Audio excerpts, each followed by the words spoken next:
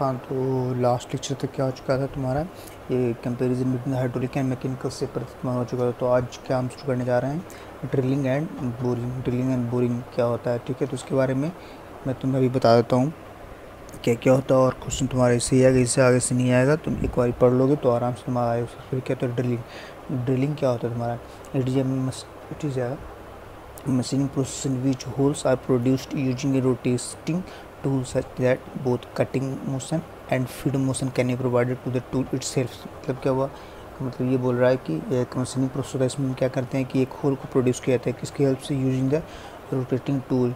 जो rotating tool होता है बोथ मोशन, क्या कहते हैं, both cutting motion and feed motion, मतलब वो मछली कट भी करता है और उसमें फीड भी दिया जाता है, साथ में चलता है इटसेल्फ, ठीक है। तो बस वही फार्मूला तुम्हारा चलेगा। टी इक्वल टू क्या होता है, L/F। L तुम्हारा इफेक्टिव लेंथ। इफेक्टिव लेंथ ये पता है वैल्यू क्या होता है, जिस पे काम चलता है वो लेंथ होता है, ठीक है। अगर लेटरली चलेगा तो तुम्हारा B हो जाएगा, ये तो तुम्हारा थिकनेस हो जाएगा, क्योंकि क्या होल हम जितना थिकनेस में करेंगे वो L का वैल्यू हो जाएगा इफेक्टिव लेंथ का वैल्यू। F तुम्हारा फीड हो जाएगा mm पर रिवॉल्यूशन में, और N तुम्हारा RPM हो जाएगा तुम्हारा रिवॉल्यूशन पर मिनट में। अब देखो क्वेश्चन क्या बोल रहा है ये कि डायग्राम समझना है। डायग्राम समझने का बहुत बढ़िया, कुछ ज़्यादा है नहीं। तो मान लो ये तुम्हारा हो गया, ये तुम्हारा हो गया ऐसे ड्रिल ऐसे ही होता है, जो ड्रिल बिट जिसे हम बोलते हैं, ठीक है। और मान लो ये तुम्हारा वर्क पीस हो गया जिसमें ड्रिल करना है, ठीक है। ये तुम्हारा डायमीटर हो गया, ये एक्सेस तुम्हारा हो गया, ये किसका, ड्रिल बिट का, मतलब टूल का तुम्हारा डायमीटर हो गया, ठीक है। ये रोटेट कर रहा है, ड्रिल तो रोटेट करता है, ये RPM में तुम्हारा हो जाएगा, ठीक है। अब देखो ये टूल का, ये वर्क पीस का ये थिकनेस है, ठीक है। अभी जब हम ड्रिल करेंगे तो क्या होगा, धीरे जाएगा, इसमें पेनिट्रेट करेगा, इसमें वर्क पीस में करते करते ये पार हो जाएगा। तो देखो ये और ये, मतलब जो नुकीला पार्ट होता है ये इतना, इसको बोलते हैं एक्स, ये एक्स वैल्यू होता है, समझ गए। एक्स वैल्यू होता है, याद रखना। एक्स वैल्यू क्या तुम्हारा होता है, समझ गए। ये वाला पोर्शन जो होता है तुम्हारा, ये नुकीला वाला पार्ट, ये तुम्हारा एक्स, इसको हम एक्स बोलते हैं, यहाँ से लेकर यहाँ के बीच का डिस्टेंस, ठीक है। अब देखो TM का फॉर्मूला तुम्हें पता है, L/F। L तुम्हारा इफेक्टिव लेंथ हो जाएगा। इफेक्टिव लेंथ वो होता है जिसमें तुम्हारा टूल काम करता है। तो टूल किस में जा रहा है, टूल किसमें, कौन से वर्क से कौन से वाला पार्ट में जा रहा है, तो ये T वाला पार्ट में जा रहा है, इसमें सिर्फ काम कर रहा है। तो यहाँ थिकनेस हो जाएगा, लेके जाएगा, ये तुम्हारा फीड हो जाएगा। अब L इफेक्टिव लेंथ क्या होता है, इफेक्टिव लेंथ मतलब टोटल लेंथ जितना टूल वर्क कर रहा है। तो टोटल लेंथ टूल वर्क कर रहा है, मतलब क्या हुआ, मतलब ये वो कि T थिकनेस हो गया, ये उसका L अप्रोच, कुछ तो अप्रोच लेके चलेंगे, कुछ तो जिसमें टूल कुछ अप्रोच लेके चलेंगे। ऐसा थोड़ी है कि टूल यहीं से रोटेट शुरू करना हो जाएगा, बिल्कुल इसका जो पॉइंट है वो वर्क पीस से टच करके चलेगा, नहीं, इससे पहले ही कुछ पहले टूल रोटेट करना शुरू कर देगा, तो पाथवे अप्रोच हो जाएगा। उसके बाद तुम्हारा फिर क्या हो गया, तुम्हारा LO क्या होता है तुम्हारा, लेंथ, कौन सा लेंथ हो गया, ओवर ट्रेवल। अब ऐसे थोड़ी है कि टूल यहाँ कट कर गया और ये यहाँ तक होल, टूल का ये वाला पार्ट यहाँ आकर अचानक से रुक जाए, तो नहीं, अगर टूल थोड़ा आगे भी चला जाता है तो तुम्हारा क्या हो गया, ओवर ट्रेवल हो गया। एक्स तुम्हारा क्या होगा, ये वाला पोर्शन एक्स तुम्हारा होता है क्रिटिकल हाइट कंपलसरी अप्रोच। ये वाला पोर्शन जाना तो बहुत ज़रूरी है, वर्क पीस में ये वाला पोर्शन तो जाना ज़रूरी है। तो तुम्हारा क्या हो गया, ये ओवर ट्रेवल, ये वाला पोर्शन तुम्हारा क्या हो गया, क्रिटिकल हाइट कंपलसरी अप्रोच, ठीक है। नोटेशन सब देख लो क्या क्या होता है। यहाँ पर देखो एक्स है, सब दिख रहा है सही से, क्या क्या होता है। एक्स तुम्हारा क्या होता है, कंपलसरी अप्रोच होता है। L तुम्हारा क्या होता है, normal length of approach. L तुम्हारा क्या है, ओवर ट्रेवल अप्रोच। अल्फा तुम्हारा पॉइंट एंगल पहले भी बता चुका हूँ। K equal to X equal to क्या होता है, critical height compulsory approach. D major diameter किसका, मेजर डायमीटर तुम्हारा क्या हो गया, टूल का, ये टूल हो गया ना, इसमें टूल। अल्फा/2 सेमी पॉइंट एंगल तुम्हारा होता है। तो इसमें हमेशा तुम्हारा सेमी पॉइंट एंगल यूज़ करते हैं ऑलवेज। देखो यहाँ पर देख लो, कोई एक टूल है, ये टूल हो गया, सबसे पहले मैंने टूल बना लिया, ठीक है। ये तुम्हारा वर्क का थिकनेस हो गया। अब इसमें पूरा LE निकालना, LE मीन्स क्या होगा, तुम्हारा पूरा इफेक्टिव लेंथ निकालना, ये वाला पोर्शन पूरा, ये जो ऊपर लिखते हैं इफेक्टिव लेंथ, यही निकालना मुश्किल है। और ये तुम निकाल ली, फिर आराम से सब कुछ बन जाएगा, सब तुम्हारा गिवन ही रहेगा। तो ये L तुम्हारा क्या होगा, ये पाथ अप्रोच, मतलब वर्कपीस से पहले जो हो गया पाथ ऑफ अप्रोच हो गया, ये पॉइंट होगा पहले से रोटेट कैसे उड़ेगी, आप इस पॉइंट से सट के रोटेट करेंगे, ऐसा नहीं होगा। फिर टी तुम्हारा थिकनेस हो गया, वर्कपीस इतना तो जाएगा ही जाएगा। पाथ ऑफ ओवर ट्रैवल मतलब टूल होल्ड करने के बाद जो ओवर ट्रैवल किया, और ये एक क्या होता है तुम्हारा कंपल्सरी अप्रोच, मतलब ये सिर्फ नुकीला वाला पार्ट जितना ये यहाँ से और यहाँ से बीच का डिस्टेंस हुआ ये एक्स हुआ, तो तुम्हारा क्या होगा क्रिटिकल हाइट या पे कंपल्सरी अप्रोच को बोलते हैं। फिर से देख लो क्या होता है, L is equal to nothing but T plus L plus L plus X इतना तुम्हारा होता है। और सिंपल एक्स इक्वल टू क्या होता है तुम्हारा, एक्स निकालना होगा क्योंकि ये पूरा ट्रायंगल का फॉर्मेशन होता है। तो एक्स इक्वल टू क्या तुम्हारा होता है d/2/10 λ/2, लैम्डा 10 अल्फा/2, अल्फा तुम्हारा क्या होता है क्रिटिकल एंगल तुम्हारा दिया रहेगा। तो एक्स निकालने का क्या होगा d/2 डायमीटर बाई अल्फा/2, बस वही फार्मूला है पहले वाला ही, बस इसमें डायमीटर यहाँ यूज़ हो गया और कुछ भी नहीं। और ड्रिलिंग में है तो ड्रिलिंग में 10 अल्फा/2 हो गया, मतलब क्या होगा कंपल्सरी अप्रोच निकाल का फार्मूला, ये इंपॉर्टेंट फार्मूला है d/2/10 अल्फा/2। कंपल्सरी अप्रोच क्या होता है तुम्हारा, देखो कंपल्सरी में तुम कौन सा बताता है, ये ट्रायंगल वाला पार्ट, ये नुकीला वाला पार्ट। पेनिट्रेशन व drill in the work piece after which major diameter they start remove the material, मतलब क्या हुआ, मतलब ये हो कि ये तो नुकीला है, मेजर डायमीटर ये वाला होगा, लेकिन यहाँ डायमीटर वेरी कर रहा है।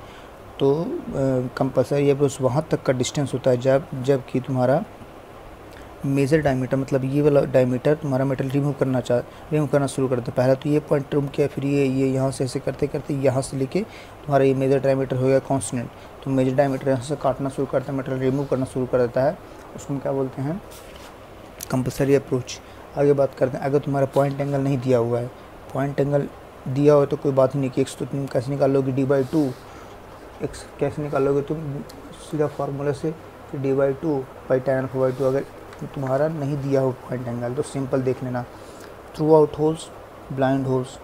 थ्रू आउट मीन्स क्या हुआ तुम्हारा आर पार होल अगर लिखा हुआ उसमें लिखा हुआ रहेगा जहाँ पे लेंथ तुम्हारा किससे बड़ा होगा टी से, तो सिंपल याद रखना ये हो जाएगा तुम्हारा 0.x=0.5 D diameter through out hole के लिए। मतलब थ्रू आउट मतलब आर पार होल अगर दिया हुआ है तो उसमें क्या हो जाएगा x=0.5 डी, जहाँ पे इन लेंथ जो ग्रेटर देन टी होगा, और इसका 0.3 डी का ब्लाइंड होल होगा। तुम्हारा क्या होगा length is greater than T less than T, ये तुम्हारा फॉर्मूला है।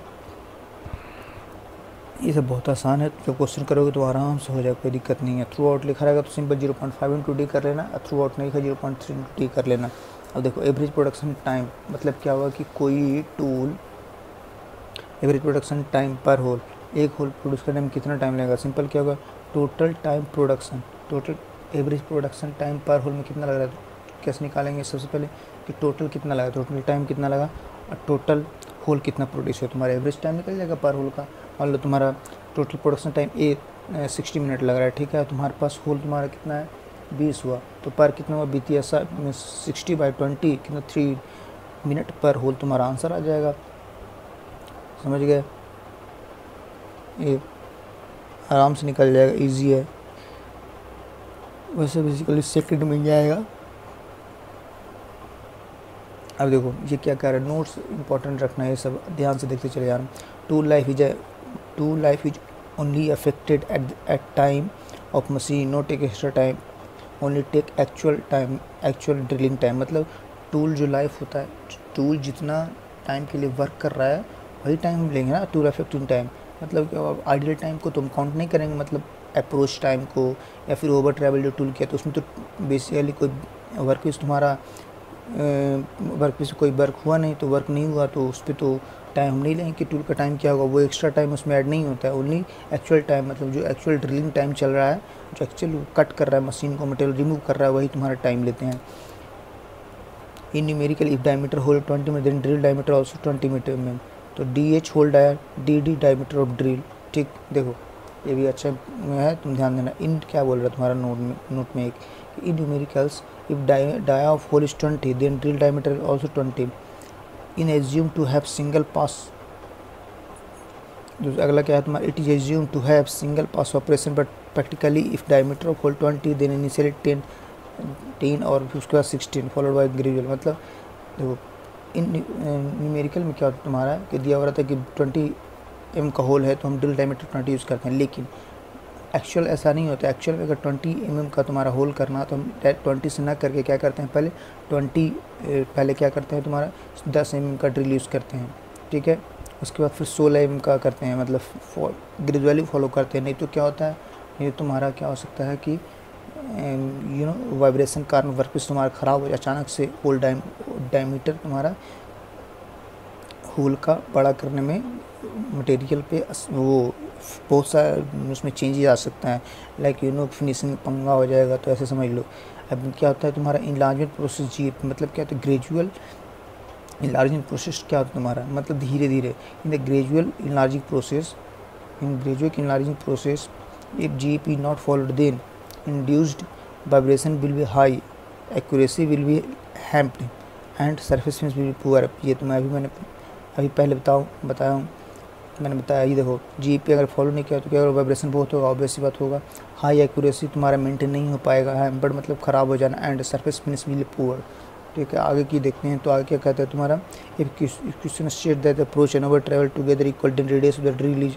देखो अगर क्वेश्चन तुम्हारा कह रहा है कि अप्रोच और ओवर ट्रेवल तुम्हारा दोनों इक्वल है, तो रेडियस ऑफ ड्रिल तुम्हारा क्या होगा, T + 0.5 × D। If question state negative approach then over travel will be L = T।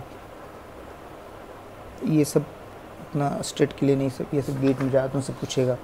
ठीक है, अब देखो पहला क्या है, इसी का बोरिंग। ठीक है, ये देखो बोरिंग वाला पोर्शन। बोरिंग क्या होता है, होल इनलार्जिंग प्रोसेस। मतलब क्या होता है बोरिंग में कुछ नया होल नहीं करते हैं, सिर्फ क्या करते हैं जो होल है उसको क्या करते हैं बड़ा कर देते हैं। ठीक है, तो काउंटर बोरिंग क्या होता है, enlarging a process of critical depending on both head. मतलब काउंटर बोरिंग होता है इनलार्जमेंट ऑफ होल को बड़ा करते हैं up to critical depth to accumulate bolt head. मतलब बोल्ट हेड को फिट करने तक हम क्या करते हैं, होल को बड़ा करते हैं। ठीक है, counter sinking conical enlargement of hole at one end. मतलब देखो बोरिंग तुम जानते कोई नया होल नहीं करते हैं, बस जो होल है उसको इनलार्ज मतलब बड़ा करते हैं। काउंटर बोरिंग तुम्हारा क्या होगा, काउंटर बोरिंग करते हैं जब तक होल करते हैं, जब तक हम इनलार्ज करते हैं क्या होल को, जब तक कि तुम्हारा ये हेड है, जो हेड है वो एक्यूमुलेट मतलब बैठ ना जाए। और उसके बाद अगला क्या, काउंटर सिंकिंग मतलब कोनिकल हेड को हम बैठाते हैं बेसिकली। ये देख लो होल को बैठाते हैं, काउंटर सिंकिंग बोलते हैं। जिसमें अब ये ऑब्वियस सी बात है कि हम जब होल कर रहे हैं D major diameter drill greater than D maximum hole. हाँ ठीक है, ड्रिल का जो मेजर डायमीटर होता है वो किससे, होल का जो डायमीटर है उससे बड़ा होता है, वैसी बात, तभी तो ये उस पर फिटिंग का कुछ क्लियरेंस पड़ेगा। मतलब D major diameter of hole, किसका होल नहीं, D major diameter of drill का जो है, ड्रिल का जैसे ये ड्रिल हो गया, तो ये जो डी मेजर डायमीटर होगा ये तुम्हारा बड़ा होगा किससे, तुम्हारा जो होल का डायमीटर है। मतलब मान लो ये वाला होल है तो होल का डायमीटर है अगर होल का डायमीटर 20 mm है तो मेजर डायमीटर 20 से ज़्यादा ही हो, 20.1 या 20.3 20.5 mm हो सकता है, लेकिन कम नहीं है, इक्वल नहीं हो सकता, इक्वल हो सकता है लेकिन कम नहीं हो सकता है। स्पॉट फिशिंग क्या होता है तुम्हारा, it is the process internal chip will removed from enlarge क्या है तुम्हारा portion of the hole of for proper setting of the bolt head. In this process indicator used. देखो स्पॉट फिशिंग क्या होता है, हेड को प्रॉपर सेट करने के लिए जो उसका इंटर्नशिप है उसको रिमूव किया जाता है, उसको स्पॉट फिशिंग बोलते हैं। और इसमें जो यूज़ किया जाता है इंड मिल कटर किया जाता है। अब मिलिंग क्या होगा, मिलिंग अभी मैं तुम्हें बताऊँगा, आगे पढ़ना मिलिंग के बारे में, तुम्हें अच्छा समझ में आ जाएगा। ठीक है, इंड मिल कटर तुम्हारा ये हो गया, देखा ऐसा रहता है, ये तुम्हारा हेड हो गया, इसमें ये फिट रहता है, ये रोटेट करेगा और ये देखो ये साइड से मटेरियल को रिमूव कर चिप को जो अंदर है इसको हटा रहा है तुम्हारा। देखो लार्ज डायमीटर तुम्हारा क्या होता है, क्या होता है तुम्हें ट्रिपैनिंग और बोरिंग। ट्रिपैनिंग भी अभी मैं बताऊँगा क्या होता है। देखो अब आगे देखो तुम कैसे कौन कौन सा प्रोसेस किया जाती है। देखो यहाँ पे लिखा हुआ है कि 1 counter sinking, 2 drilling, 3 spot fishing और 4 तुम्हारा बोरिंग। करेक्ट सीक्वेंस क्या क्या होता है, सबसे पहले हम क्या करेंगे, दूसरे पहले ड्रिलिंग करेंगे, उसके बाद क्या होगा बोरिंग करेंगे, उसके बाद क्या होगा काउंटर सिंकिंग करेंगे, उसके बाद चौथा तुम्हारा स्पॉट फिशिंग। ये 3 नंबर है जो स्पॉट फिशिंग करेंगे, मतलब सबसे लास्ट में स्पॉट फिशिंग होता है। सबसे पहले क्या होता है ड्रिलिंग, उसके बाद अगला नंबर बोरिंग का, फिर अगला नंबर काउंटर बोरिंग का, उसके बाद तुम्हारा स्पॉट फिशिंग तुम्हारा क्या होता है ये। फिर हॉर्निंग क्या तुम्हारा है, क्या तुम्हारा होता है हॉर्निंग इन नथिंग बट क्या होता है फिनिशिंग प्रोसेस। हॉर्निंग तुम्हारा क्या होता है जनरली क्या आता है इंटरनल सरफेस पर, it is finishing and surface finishing operation. मतलब क्या हुआ तुम्हारा सुपर फिनिशिंग, मतलब क्या हुआ तुम्हारा हॉर्निंग में फिनिशिंग या सुपर फिनिश करते हो किसी भी प्रोडक्ट का। अब देखो अब्रेसिव क्या क्या कैसे हॉर्निंग होता है। ये तुम्हारा मान लो होल हो गया, ये तुम्हारा टूल हो गया, इसमें देखो क्या होता है अब्रेसिव स्टिक, ठीक है। इसमें अब्रेसिव मटेरियल बहुत सारा, अब्रेसिव मतलब सैंड, जैसे सैंड पेपर में सैंड होता है ना, वो वैसे छोटा छोटा इसमें अब्रेसिव उस पर ऊपर चिपका हुआ रहता है। और वो ये जो टूल है ये मूव कर रहा है, तो उसके कारण तुम्हारा क्या फिनिश सबसे best super finishing finish product होता है तुम्हारा यूज फिनिशिंग। इसका एग्जाम्पल कब करते हैं तुम्हारा हॉर्निंग का, सिलेंडर को फिनिशिंग करने के लिए ये सुपर फिनिशिंग है। ट्रिपैनिंग क्या होता है तुम्हारा, ट्रिपैनिंग में क्या होता है लार्ज डायमीटर विदाउट यूजिंग ए ड्रिल।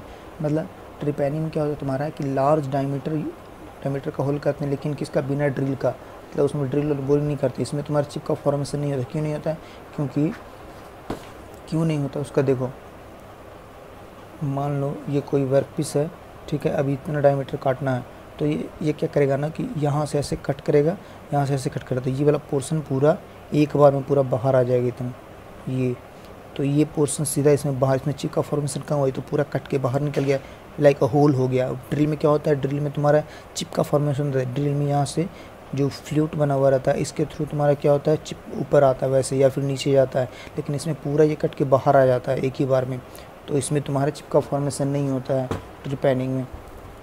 देखो यहाँ लिखा हुआ है कि इसमें चिप का फॉर्मेशन नहीं होता है। From the periphery complete material not converted into chip, मतलब इसमें साइड का तो कुछ बनेगा, साइड का तो कुछ पोर्शन बनेगा, लेकिन जो ये टूल है ना ये बाहर निकला तो हमारा कौन सा मटेरियल हो गया तुम्हारा, यहाँ देखो ये वाला टूल है, ये टूल से ये कट के वर्क पीस से ये बाहर हो गया तुम्हारा, ये ड्रिल हो के मतलब बड़ा डायमीटर का होल करते हैं। ट्रिपैनिंग क्या होता है तुम्हारा पोस्टमार्टम ऑपरेशन में यूज़ होता है।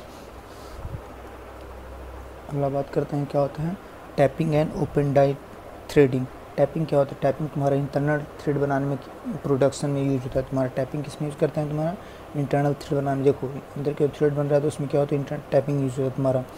और ओपन डाई थ्रेडिंग क्या होता है तुम्हारा एक्सटर्नल थ्रेड बनाने में होता है, ठीक है। ये टैपिंग और ओपन डाई मतलब ओपन डाई थ्रेडिंग से नाम ही कहते हैं एक्सटर्नल थ्रेड बनाता है, टैपिंग तुम्हारा क्या होता है इंटरनल थ्रेड बनाता है। तो आगे बात करते हैं और टैपिंग ओनली और ओनली कभी क्या सिर्फ यूज़ किया जाता है इंटरनल के लिए। कोर ड्रिलिंग तुम्हारा क्या होता है, core use to make hollow resist in the casting. Core drill मतलब क्या होता है, core drilling is basically drilling, नाम से ड्रिलिंग नहीं है, इसमें पहले तुम्हारा क्या होता है इंटरनल एक तरह के रेसिस मतलब क्या हुआ कि स्लॉट, एक तरह का स्लॉट पहले ही बनाया जाता है।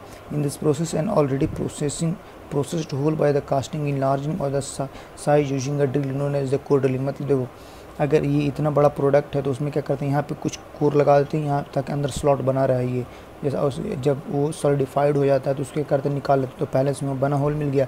अब कोर ड्रिलिंग में हम ड्रिल नहीं करते, बेसिकली फिनिशिंग या उसको थोड़ा बड़ा और बड़ा कर सकते हैं, ठीक है और कुछ नहीं। अब देखो enlargement hole by the core drilling मतलब क्या, इनलार्जर होल मतलब इतना था अब इससे बड़ा करना, तब उसमें कुछ फिनिशिंग करके इस तरह मटेरियल इन फॉर्म ऑफ क्या ग्रेजुअली करके इसका साइज को बड़ा कर देते हैं। तो core drilling basically drilling process नहीं, इसमें ड्रिल नहीं करते हैं, इसमें पहले से ऑलरेडी बनाया हुआ रहता है। वैसे देखो कास्टिंग का ड्रॉइंग इसमें कुछ कोर लगा दें, कोर क्या होता है एक तरह का समझ लो स्लॉट बनाने के लिए कहते हैं, जिसमें हम कटिंग नहीं करते हैं, ये ऐसा सॉलिड ही बनता है वैसे स्लॉट के साथ। फिर आगे होगा तुम्हारा radial milling machine. Radial milling machine क्या होता है तुम्हारा, इसमें क्या क्या पार्ट होता है ये पूछता है। रेडियल मिलिंग मशीन में लीड स्क्रू होता है, लीड स्क्रू काम क्या होता है to convert rotation motion into the translation motion. मतलब lead screw radial milling machine में तुम्हारा क्या कहता है basically convert rotational motion into the translational motion, ठीक है। उसके बाद सिंगल स्टार्ट थ्रेड होता है, और इसके बाद सिंगल स्टार्ट या डबल स्टार्ट वीजकल टू एनपी होता है। इसमें ये तुम्हारा वर्टिकल स्पीड रोटेशन हो गया, ठीक है, वर्टिकल स्पीड रोटेशन याद रखना। इसमें वीजकल टू एनपी जो होता है इसमें वर्टिकल हमको निकालना है, वर्टिकल स्पीड रोटेशन। तो क्या होता है एन तुम्हारा हो गया इंटू पी, एन तुम्हारा क्या होता है आरपीएम में लीड स्क्रू हो गया तुम्हारा। लीड स्क्रू तुम्हारा क्या होता है कन्वर्ट क्या करता है रोटेशन मोशन को रेसिप्रोकेट ट्रांसलेशन, मतलब समझ गया ना, ट्रांसलेशन मोशन करता है। और पी तुम्हारा क्या होगा पिच ऑफ लीड स्क्रू, तुम्हारा ये सब दिया रहेगा कि देखो जैसे यहाँ पे वी निकालना, वी क्या था, वी मैंने अभी तुम्हें बताया वी क्या होता है, वी तुम्हारा वर्टिकल स्पीड ऑफ, वी तुम्हारा क्या था vertical speed of rotational arm. अब वी निकालना, तो वी इसका 2 NP था। इन तुम्हारा क्या था, इन तुम्हारा इनका वैल्यू क्या, इन क्या था तुम्हारा RPM ऑफ लीड स्क्रू। तो यहाँ पे तुम्हारा RPM लीड स्क्रू निकालना, तो V/N/P। वी तुम्हारा दिया हुआ रहेगा वेलोसिटी किसका, वर्टिकल स्पीड रोटेशन दिया हुआ रहेगा। उसके बाद यहाँ पे पिच दे रहे हो 650 आ जाएगा तुम्हारा, ठीक है। यहाँ तुम्हारा खत्म हुआ। अब किसका, ड्रिल ज्योमेट्री से तुम्हारा बहुत ही क्वेश्चन आएगा। ये वाला क्वेश्चन से तुम्हारा बहुत ज़्यादा क्वेश्चन आता है। जो हम ड्रिल ज्योमेट्री की बात करते हैं, तो मैं देखो ऐसे दिखाता हूँ। ड्रिल ज्योमेट्री क्या होता है, ड्रिल ज्योमेट्री क्या होता है मैं बताता हूँ तुम्हें अच्छी तरह से। ड्रिल ज्योमेट्री में कैसे बनता है ये देखो। सबसे पहले तुम क्या करोगे, सबसे पहले ड्रिल ज्योमेट्री के लिए तुम्हें क्या करना होगा, कैसे फॉर्मेशन होता है ड्रिल ज्योमेट्री का। जो बना रहा हूँ वो देखना, कॉपी वाला में देखना पड़। जैसे देखो ये तुम्हारा एक्सेस ले लो, ये तुम्हारा क्या हो गया, एक्सेस हो गया, ठीक है। यहाँ पे ये ड्रॉ कर लो ऐसे, ठीक है। देखो सिंपल है क्या, ऐसे करके ऐसे कर्व बनाओ। उसके बाद ये ऐसे मिला दो, एक फ्लूट बनता है ना, इसमें फ्लूट तो बनता है, फ्लूट हम बना रहे हैं। वैसे ये हो गया, ये हो गया, फिर उसके बाद ये हो गया, फिर ये हो गया, फिर ये हो गया, फिर ये हो गया, फिर ये हो गया, ठीक है। तो ऐसे ऐसे रहेगा ये थोड़ा, ये तुम्हारा हो गया फ्लूट, ये तुम्हारा। उसके लास्ट में ये कोन बना हुआ रहता है, ठीक है। यहाँ से ये तुम्हारा वैसे जुड़ा हुआ रहेगा, ये तुम्हारा ऐसे जुड़ा हुआ रहता है। ये वाला पोर्शन तुम्हारा हो गया, ये एक्सेस था, ठीक है। तो ये तुम्हारा पूरा बॉडी हो गया, ड्रिल का बॉडी हो गया। ये जो कर्व बन रहा है इसको हेलिक्स बोलते हैं, क्या बोलते हैं, हेलिक्स बोलते हैं। ये बहुत इंपॉर्टेंट, इसको टैंक बोलते हैं। पीछे वाला पार्ट जिसमें ड्रिल जो कि ऊपर जाके उसमें मशीन में लगता है, इसको क्या बोलते हैं, टैंक। ये वाला पोर्शन को सैंक बोलते हैं। इतना ऐसे चेन की सैंक, ठीक है। और ये जो होता है, ये जो एंगल का फॉर्मेशन हो रहा है, वैसे इसको हम पॉइंट एंगल बोलते हैं, पॉइंट एंगल बोलते हैं, ठीक है। अब देखो इतना हो गया। अब तुम असली ये डायग्राम देख लो, बच्चे से देख लेना। देख गया सर, ये वाला पोर्शन पूरा बॉडी हो गया। ये तुम्हारा पॉइंट एंगल का फॉर्मेशन होता है ये के बीच में। उसके बाद ये तुम्हारा हेलिक्स हो गया। तुम्हारा हेलिक्स एंगल कहाँ से बनता है, देखो ये और इसके बीच का जो एंगल बन रहा है, ये और ये जो हेलिक्स है उसके बीच का जो मतलब क्या हुआ, तुम्हारा जो एक्सिस है जो सेंटर से पास हो रहा है वो एक्सिस और रोटेशन, और इस हेलिक्स के बीच में जो एंगल उसको हेलिक्स एंगल बोलते हैं। ये हेलिक्स एंगल तुम्हारा हो गया। पॉइंट एंगल तुम्हारा ये हो गया, देखिए पॉइंट एंगल ये हो गया तुम्हारा, समझ गए। For softer work point angle भी लो, मतलब जो वर्क सॉफ्ट है उसके लिए पॉइंट एंगल ये वाला पोर्शन होता है उसको लो रखते हैं। And for harder work point angle will B high, मतलब ये एंगल तुम्हारा हाई होता है, ठीक है। यहाँ देखो सॉफ्ट के लिए पॉइंट एंगल लो और तुम्हारा हार्ड के लिए point angle high. H for hard, H for high point angle, ठीक है। अब ये तो ये पूछता है बहुत बार, ये वाला चीज़ तुम्हारा बहुत पूछा कि किसके से कितना होता है तुम्हारा पॉइंट एंगल। वुड के लिए तुम्हारा क्या होता है 60 डिग्री, वाइल्ड स्टील के लिए 180 डिग्री, हाई कार्बन स्टील के लिए 120 और कार्बाइड के लिए 135 150। ये तुम्हें रटना ही होगा हर हालत में। क्या होता है वुड के लिए 60, माइल्ड स्टील के लिए 118, वुड के लिए 60 एक, माइल्ड स्टील के लिए 118, हाई कार्बन स्टील के लिए तुम्हारा 120 और कार्बाइड के लिए 135 150 के बीच में होता है, ठीक है। एक और याद रखना, लेकिन कास्ट आयरन जो होता है इसके लिए 160 होता है, 116 मतलब 116 डिग्री होता है, बहुत इंपॉर्टेंट है। नाम ये मेरा स्पेशल इसका बिहेवियर शो करता है, मतलब अलग अलग बिहेवियर शो कराता है, ठीक है। एक्सेप्शन होता है स्टील से, तुम्हारा स्टील का, ठीक है, मतलब क्या किसका कितना होता है, अभी मैंने तुम्हें बताया था, अभी उसका रीज़न बता दूँ क्यों।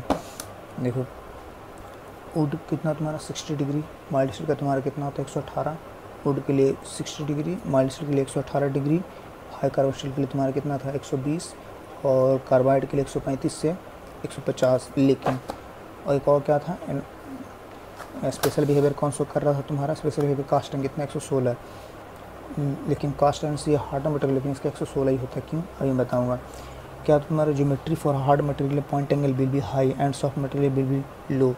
जनरली जो हार्ड मटेरियल का जो पॉइंट एंगल होता है वो हाई होता है, और सॉफ्ट मटेरियल के लिए तुम्हारा लो होता है।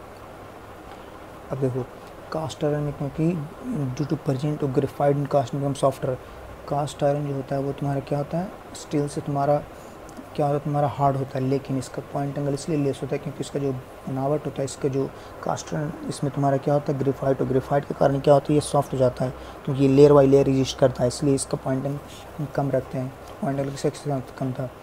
माइल्ड वुड का 60, माइल्ड स्टील का तुम्हारा कितना था 118, हाई कार्बन स्टील का 120, और कार्बाइड का तुम्हारा कितना था 135 से 150।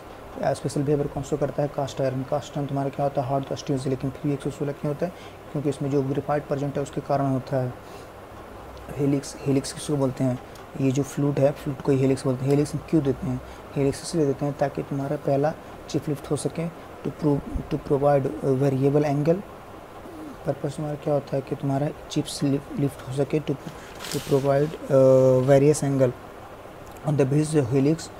तो रीजन समझ गए, मिली होता है तुम्हारा चिप लिफ्ट करने के लिए, और प्रोवाइड वेरियस एंगल किसको, टूल को, ड्रिल को।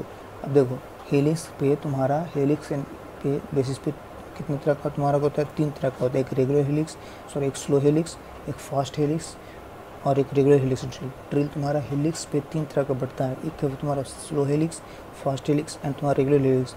तो जो तुम्हारा पहला पर्पज है स्लो हेलिक्स का, उसमें तुम्हारा क्या होता है, हेलिक्स रेट स्लो हेलिक्स, मतलब क्या होता है, helix rate is slow, number of turn per unit length will be less. Helix rate मतलब, ठीक है, क्या तुम्हारा helix rate is slow, slow helix है तो हेलिक्स रेट का स्लो हो गया। नंबर ऑफ टर्न पर मिनट तुम्हारा क्या होगा, 1 मिनट में जितना वो हेलिक्स टर्न करेगा पर यूनिट में तुम्हारा हेलिक्स का तुम्हारा कम रहेगा। हेलिक्स एंगल लाइव रिटर्न 12 से 21, ये बहुत इंपॉर्टेंट है। स्लो हेलिक्स का एंगल कितना होता है, 12 से 22 डिग्री के बीच होता है तुम्हारा। चिप लिफ्टिंग कैपेसिटी इसका तुम्हारा कम होता है, मतलब चिप को उठाने की कैपेसिटी कम होता है। It is use for hard and strong material, drill strength will be high, मतलब ये कभी यूज़ करता है हार्ड और स्ट्रॉन्ग मटेरियल के लिए, और ड्रिल स्ट्रेंथ तुम्हारा हाई होता है, समझ गया। ये देखो हेलिक्स, ये एंगल तुम्हारा 12 से 22 स्लो हेलिक्स का। फास्ट हेलिक्स का सबसे ज़्यादा होता है 34 से 38 डिग्री हेलिक्स एंगल, ये तुम्हारा क्या होता है हेलिक्स का ज़्यादा होता है। Number of turn will be more per unit length इसमें ज़्यादा होता है फास्ट हेलिक्स में। चिप लिफ्टिंग कैपेसिटी का क्या होता है तुम्हारा हाई होता है, लेकिन ड्यू टू क्या होता है तुम्हारा ये क्या तुम्हारा होता है ड्रिल स्ट्रेंथ विल बी लो, मतलब हेलिक्स एंगल ज़्यादा तो ड्रिल स्ट्रेंथ क्या हो जाता है तुम्हारा लो हो जाता है, ठीक है। उसके बाद used for a soft and ductile material, fast helix कभी भी करते हैं यूज कहाँ पे, for soft and ductile material, समझ गया। अब क्या तुम्हारा ये regular helix angle, regular helix में तुम्हारा कितना 24 से 32 तुम्हारा होता है। क्या तो तुम्हारा स्ट्रेंथ किसका इस बीच में होता है, स्ट्रेंथ स्लो से कम और फास्ट से ज़्यादा होता है रेगुलर हेलिक्स का। अच्छी लिफ्टिंग कैपेसिटी तुम्हारा क्या होता है स्लो और फास्ट के बीच में होता है। मटेरियल ब्रास और ब्रोंज में कौन सा यूज़ करते हैं, रेगुलर हेलिक्स एंगल, याद रखना, यही सब पूछ गया कि तुम्हारा। अब एंगल सब याद कर लो, स्लो हेलिक्स में कितना तो 12 से 22 डिग्री एंगल होता है तुम्हारा, फास्ट में तुम्हारा कितना होता है 34 से 38 के बीच में, और तुम्हारा रेगुलर में तुम्हारा 24 से 32, ठीक है। और कब यूज़ करते हैं तुम्हारा चिप लिफ्टिंग कैपेसिटी क्या तुम्हारा स्लो हेलिक्स ड्रिल में क्या होता है तुम्हारा हार्ड मटेरियल यूज़ करते हैं। फास्ट पे तुम्हारा क्या करते हैं सॉफ्ट मटेरियल, जैसे एग्जांपल तुम्हारा हो गया किसका सॉफ्ट मटेरियल तुम्हारा हो गया, ठीक है, जैसे टक्टाइल मटेरियल की यूज़ करते हैं। और रेगुलर हेलिक्स में तुम्हारा क्या करते हैं ब्रास और ब्रोंज में यूज़ करते हैं। देखो अब रिक एंगल बढ़ेगा तो क्या होता है, रिक एंगल जितना ज़्यादा रहेगा तो तुम्हारा क्या होता है फ्लो चिप का अच्छा रहता है, लेकिन क्या होता है स्ट्रेंथ तुम्हारा कम होता है, ठीक है। जैसे तुम्हारा घर में जो खीरा या वैसे छीलते हो तुम, खीरा को जो छीलते हो तो जो टूल यूज़ करते हो ऐसे छीलने वाला, ऐसे, तो उसमें क्या होता है हेलिक्स ऐसे ऊपर की ओर होता है, मतलब जितना तुम्हारा ऐसे बाहर की ओर होता है जितना वो रेक एंगल ही होता है, जितना ज़्यादा रहता है तो क्या होता है तुम्हारा चिप फ्लो उसका अच्छा होता है।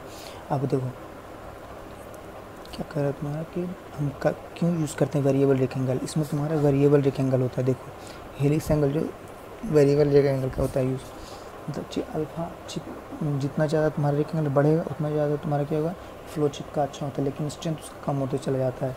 ठीक है, अगर क्यों रीज़न होता है why variable rake angle in drill में क्यों वेरिएबल रेक एंगल होता है ये पूछ रहा है। क्या होता है due to helix face with respect to rake angle is measured, helix face with respect to rake angle is measured. ठीक है, कैसे मेज़र करते हैं, हेलिक्स फेस से लेकर और किसके में जो रेक एंगल है उसके रिस्पेक्ट में मेज़र करते हैं। At the chip edge that is dead in, dead in तुम्हारा ये वाला पॉइंट इसको बोलते हैं आगे की ओर, सबसे आगे जो होता है ड्रिल का। एट द चेज्ड इन सबसे आगे वाला पॉइंट इसको बोलते हैं चेज्ड इन। क्या तो chase the dead centre rake angle will minimum, मतलब क्या होता है at the dead centre rake angle will minimum to the impart more strength to the drill. इस पॉइंट सबसे ज़्यादा स्ट्रेंथ चाहिए ड्रिल के, तो यहाँ पर डेड एंड इसको बोलते हैं, इस पर तुम्हारा रेक एंगल सबसे कम होता है। Towards the outer periphery the rake angle will be increasing, मतलब यहाँ पे से जब आउटर की ओर जाएंगे ड्रिल के बाहर की ओर तो रेक एंगल तुम्हारा बढ़ते जाएगा, लेकिन क्या होगा पॉइंट एंगल तुम्हारा घटता चला जाएगा। Towards outer periphery the rake angle will be increasing, यहाँ लिखा हुआ है, and at the outermost periphery it will be maximum, मतलब सबसे बाहर की ओर सबसे मैक्सिमम होगा।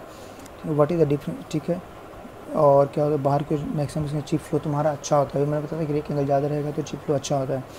और what is different between rake angle and the rake angle with respect to tool geometry. Helix angle is the angle found between the leading edge of the drill and the drill axis where rake angle is measured with respect to helix face inclination relative to drill. मतलब समझ गए ना, बस ये समझ लो point. Helix angle क्या था, ये वाला एक्सिस और इसके बीच का एंगल मेजर करते हैं, तो ये धीरे धीरे बाहर करो तो तुम्हारा हेलिक्स एंगल बढ़ते चला जाता है। मैक्सिमम रेक एंगल मतलब क्या हो, हेलिक्स एंगल के बराबर होता है। रेक एंगल मैक्सिमम किसके बराबर होता है, तुम्हारा हेलिक्स से ज़्यादा नहीं होता है। ड्रिल में मैक्सिमम रेक एंगल किसके बराबर होता है, हेलिक्स एंगल के बराबर।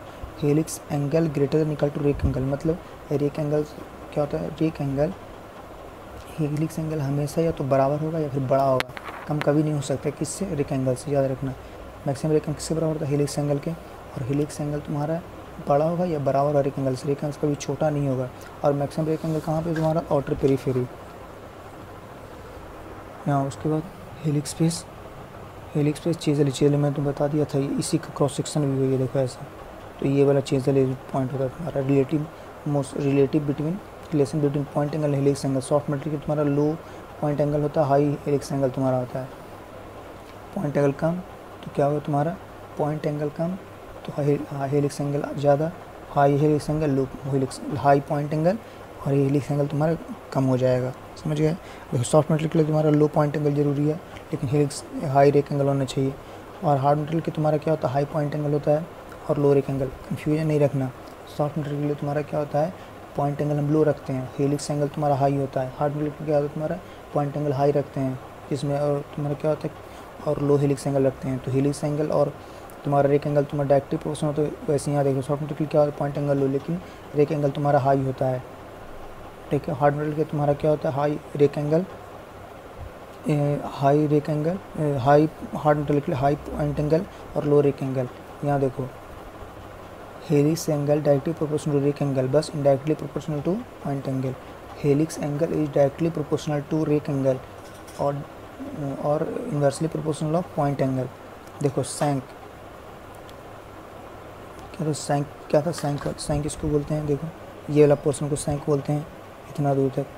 मतलब ये जो ड्रिल हो गया, ड्रिल के बाद पीछे जो एडजस्ट होता है उसमें जो बचा हुआ ये वाला पार्ट है, इसको सैंक बोलते हैं। सैंक वो टाइप का होता है का स्ट्रेट सैंक और एक तुम्हारे टेपर्ड सैंक। स्ट्रेट किसको बोलते हैं, टेपर्ड वो बताता हूँ। अगर डायमीटर 12.5 से कम हो तो उसको क्या बोलते हैं, स्ट्रेट बोलते हैं।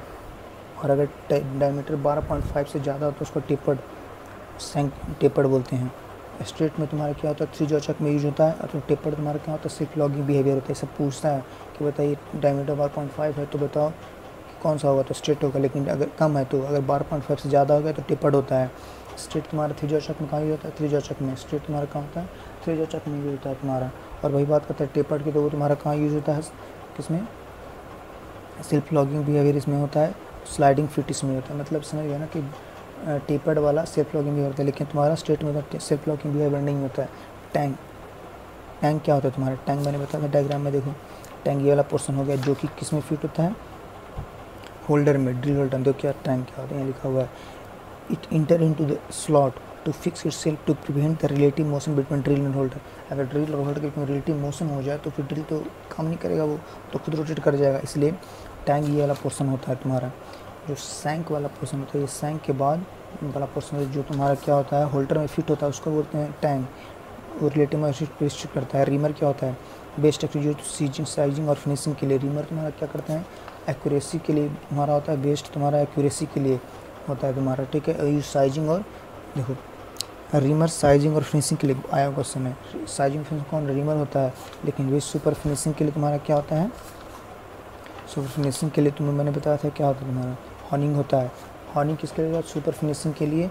और रीमर तुम्हारा किसके बढ़ते हैं? साइजिंग और फिनिशिंग के लिए। और सबसे अच्छा सुपर फिनिश कौन देता है तुम्हारा? सबसे अच्छा आपका सुपर फिनिश तुम्हारा क्या देता है? हॉर्निंग देता है। हॉर्निंग देखो finishing cylinder in the icing, मतलब सुपर फिनिशिंग कौन होता है? हॉर्निंग। और रीमर तुम्हारा किसके लिए होता है? तुम्हारा साइजिंग और किसके लिए? फिनिशिंग के लिए, ठीक है। अब देखो इम्प्रूव डायमेंशन इन टॉलरेंस, ठीक है। Tolerance is close to, tolerance क्या होता है? टॉलरेंस तुम्हारा जो ओरिजिनल डायमेंशन है उसके नज़दीक जो डायमेंशन होता है उसी को हम उसी को हम क्या बोलते हैं? ट्रू वैल्यू बोलते हैं। Tolerance is the closer of the किसके? ट्रू वैल्यू, मतलब जो मेरा ट्रू है, जो ओरिजिनल जो डिमांड है। बेस्ट सरफेस फिनिश तुम्हारा क्या होता है? हॉर्निंग होता है। लेकिन बेस्ट एक्यूरेसी किस में होता है तुम्हारा? रीमर में। ये सब याद रखना। बेस्ट सुपर फिनिश किस में तुम्हारा होता है? बेस्ट सुपर फिनिश तुम्हारा क्या होता है? किस में आता है? हॉर्निंग में। और best surface finish, best super finish, best accuracy तुम्हारा किस में होता है? तुम्हारा रीमर में। रीमर 3 टाइप का होता है, straight flute, right hand flute and left hand flute. Reamer तुम्हारा 3 टाइप का होता है बेसिकली। रीमर तुम्हारा बेस्ट 3 टाइप का होता है respect of flute, straight flute, right hand flute और लेफ्ट हैंड फ्लूट। अब ये जो लेफ्ट राइट क्या करते हैं, जब तुम्हारा लेफ्ट राइट में जब आता है, जब तुम्हारा रोटेशन, स्पिंडल का रोटेशन तुम्हारा क्लॉकवाइज होता है। फ्लूट समझ गया ना? फ्लूट ये वाला उसको बोलते हैं जो ऐसे से कर्व बना होता है उस पर टूल ड्रिल पे। Straight flute, chief lifting capacity 0, जब फ्लूट है नहीं तो चीफ लिफ्ट वो कर ही नहीं सकता है। राइट फ्लूट क्या करता है? The right hand flute of the reamer pull the chip toward shank, मतलब सैंक ऊपर, सैंक वाला पार्ट होता है मतलब अपनी ओर खींचता है ये। इसमें जो तुम्हारा चिप होगा, चिप तुम्हारा कहाँ आएगा? अपनी ओर खींचता है सैंक की ओर। सैंक मतलब ऊपर वाला पोर्शन, सैंक ये होता है ना, देखो ये सैंक हो गया तो सैंक की ओर खींचता है। लेफ्ट हैंड फ्लूट में क्या होता है? ये बाहर सैंक नहीं उल्टा अपोजिट में करता है, मतलब इधर ना आके इधर ना फ्लो करके चिप फ्लो नीचे की ओर फ्लो करता है। किस में? लेफ्ट हैंड फ्लूट में।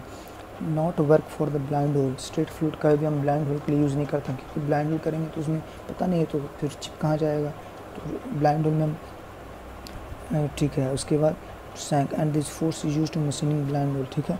अब ब्लाइंड होल में तुम्हारा है तो राइट फ्लूट यूज़ करेंगे, ठीक है।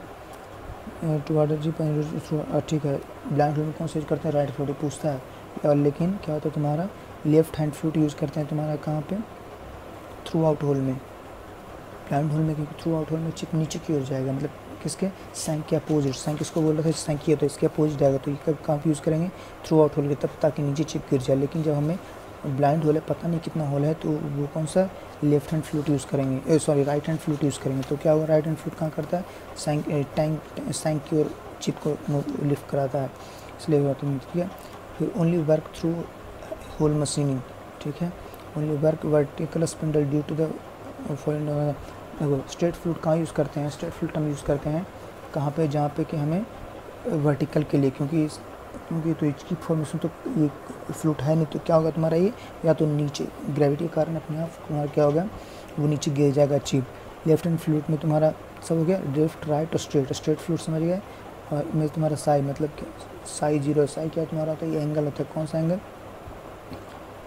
ये तुम्हारा साई एंगल होता है, जो एंगल उसका 0 होता है, जो हेलिक्स एंगल तुम्हारा 0 होता है इसमें स्ट्रेट फ्लूट में। राइट हैंड फ्लूट समझ गया, अपनी ओर चिप खींचता है। लेफ्ट हैंड फ्लूट अब ये करता है अपनी ओर से, किससे? अपनी मीन्स क्या हुआ? तुम्हारे पास सैंक हो गया, ठीक है।